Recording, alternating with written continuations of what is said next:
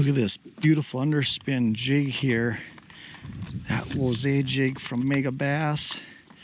3/8 ounce, 4/0 hook. What's really cool is that hook has a little bit longer shank than your average jig, so it sits back further on your swim bait. It's got these thick, looks like fluorocarbon strands glued onto the shank. Once you slide your bait up on there, it's not going anywhere. Nice little spinner.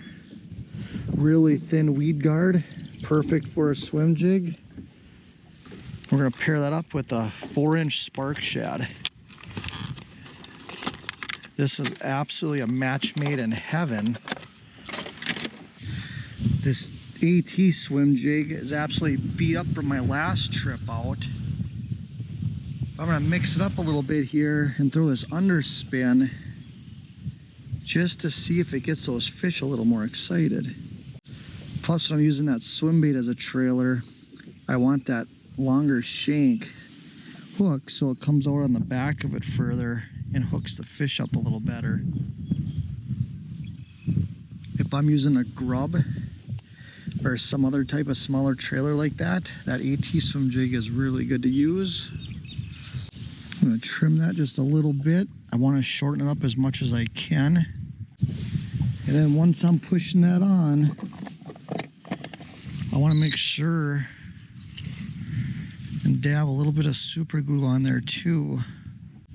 Doesn't take much. And look at that.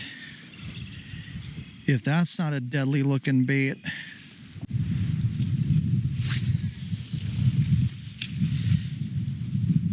Man, this new Dio Elite Series reel. What a beautiful reel in the wind here. I got the dial set right, and I got a stiff breeze blowing in my face, and I can just launch that swim jig with zero fear of a backlash.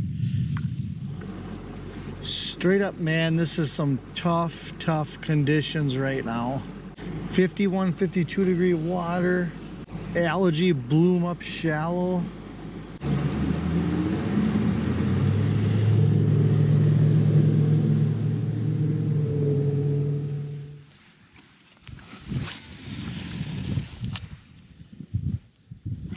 There, right in the entrance of the bay.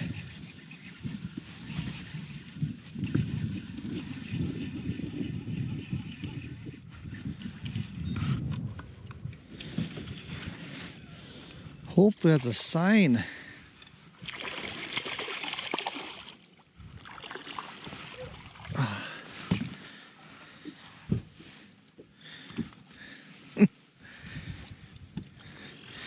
After a long winter, I'm not real picky on the size of the fish.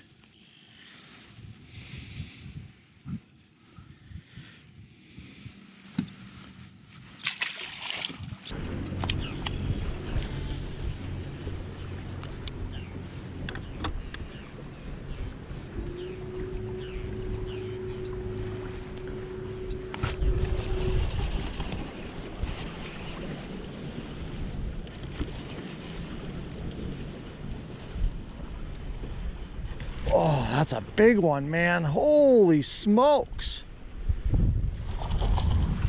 Look at that fish. Look at that one.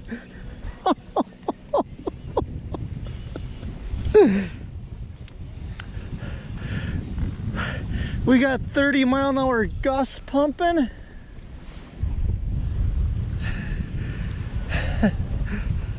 And the fishing's been tough. Oh, look at that one. 3/8 ounce underspin. Uoze jig from Megabass. 4-inch spark shad on the back.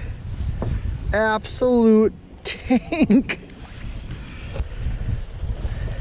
Battling spring conditions here and putting in some work trying to figure out these fish. I've been deep, shallow, mid-range scanning, looking all over. Finally connect with a really big fish. Spring fishing is such a fine line. of hitting a really good bite or a super tough bite. We had such a nice spring going, our water was warming up, some of the bass were starting to make beds, and then boom, we got snow, a week of cold temps. One night it was 31 degrees again, water shot back down to 51 degrees, and if you're not on the right lake right now, it is tough. Some places you can catch them deep, some are shallow. Our area right now, I've been on like 5 different lakes. It is a grind. You can scan and scan looking for fish. You can't hardly mark a fish on the depth finder. It's like the lake, like they just packed up and left for a week.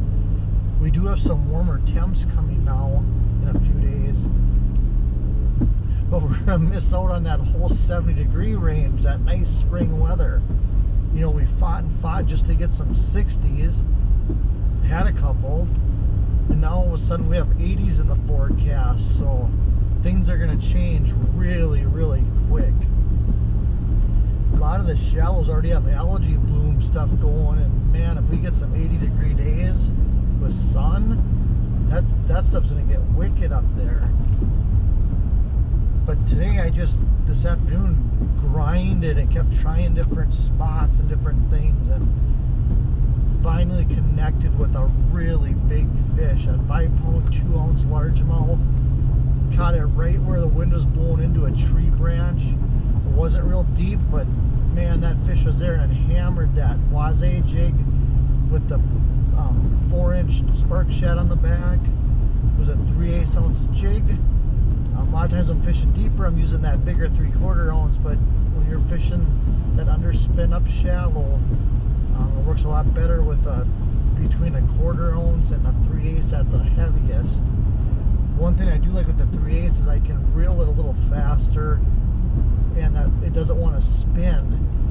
Sometimes if you put too big of a trailer on for the size of your jig head, it likes to roll, and the whole bait like spins on the way in if you're going too fast, and that is not good.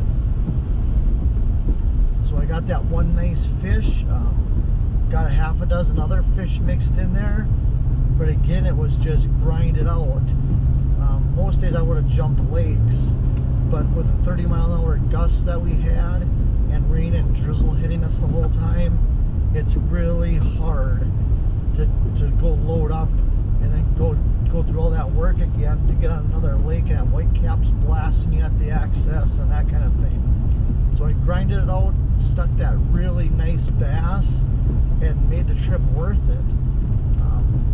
5-pound fish, that's a big fish in Minnesota, and there's some years where you fight a long time to get one, so I'll take it. I will take it.